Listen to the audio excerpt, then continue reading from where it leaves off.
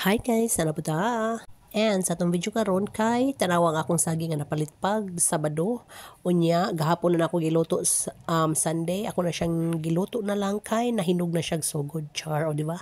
Ako ra na siyang ilumpia. Lumpia naman ako siyang ituron pastilan lumpia pa more. Ato ra na siyang gituron kay natay lumpia wrapper din na. Basta ganahan ko nga na ako'y permi lumpia wrapper para kung na maka-decide kag maglumpia or magturon na ara dayon di ba? Di na ka mag ato pagtindahan magpalit o di ba?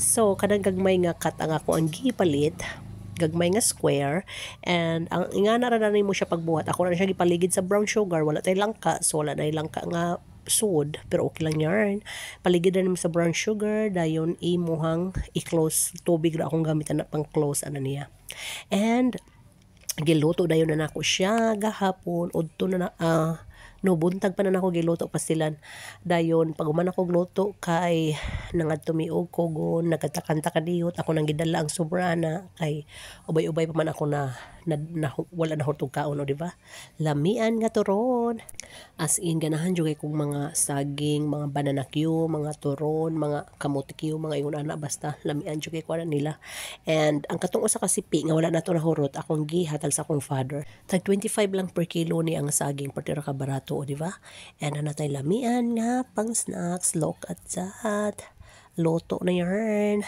and tiwason na akong luto tanan 25 kabuk akong naluto o di ba ubay-ubay gadzud and lamian nga turon mga unata char mauro to guys bye bye